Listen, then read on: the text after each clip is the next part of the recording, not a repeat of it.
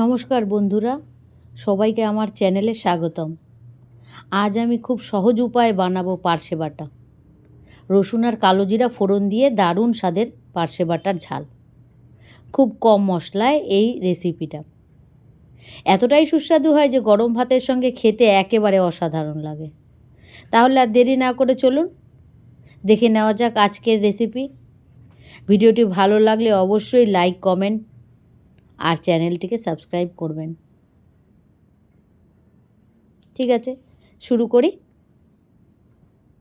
মাছগুলোকে তো কেটে ধুয়ে নিয়েইছি, ভালো করে পরিষ্কার পরিচ্ছন্ন করে কেটে ধুয়ে নুন হলুদ মাখিয়ে রেখে দিলাম। তার মধ্যে একটু লেবুর রসও দিয়েছি, তাহলে মাছের আঁশটা গন্ধ থাকবে না।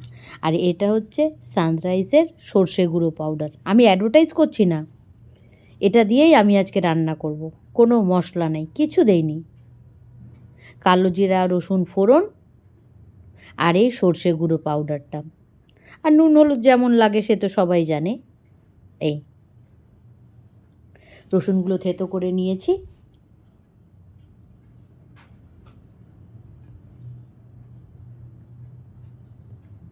আর পার্শে মাছের ঝাল কে কেমন করে খান আমাকে একটু কমেন্টে বলবেন। ভালো লাগলে লাইক করবেন, শেয়ার করবেন, সাবস্ক্রাইব করবেন। চেষ্টা করছি ভালো করার, জানি না কতদূর কী করতে পারছি। কড়াইতে তেল গরম হলে মাছগুলো ভেজে নেবেন ভালো করে। পরে তেল গরম হয়ে গেছে, মাছ ভেজে নিয়েছি। ভাজা হয়ে গেলে পরে কালো জিরা ফোড়ন দিয়েছি কড়াইতে। কালো জিরা, রসুন, টমেটো ফোড়ন। এই পার্শে মাছ আমি কাঁচাও রান্না করি, আবার শুধু সর্ষে বাদ দিয়ে শুধু কালো জিরা টমেটো দিয়ে পার্শের হালকা ঝোল, খুব কম ঝোল হবে কিন্তু তেল থাকবে একটু বেশি, দারুণ স্বাদ হয়, দারুণ স্বাদ। এই যে কালো জিরা ফোড়ন দিয়েছি, রসুন দিয়েছি। রসুনটা একটু ভাজা ভাজা হয়ে গেলে পরে টমেটো কাঁচা লঙ্কাটা দিয়ে দেবো।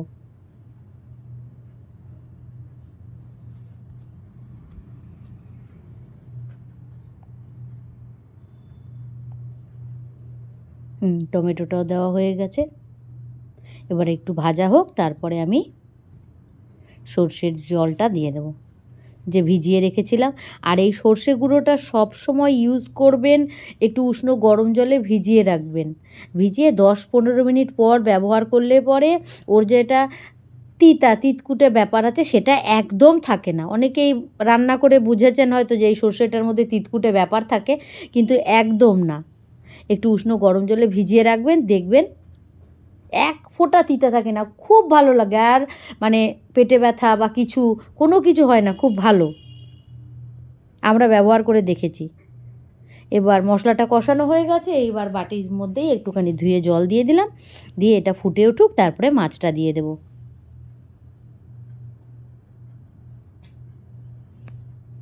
আজকের ভিডিওতে খুব সহজে পার্শে মাছের ঝাল দেখালাম, রসুন কালো জিরা ফোড়ন দিয়ে,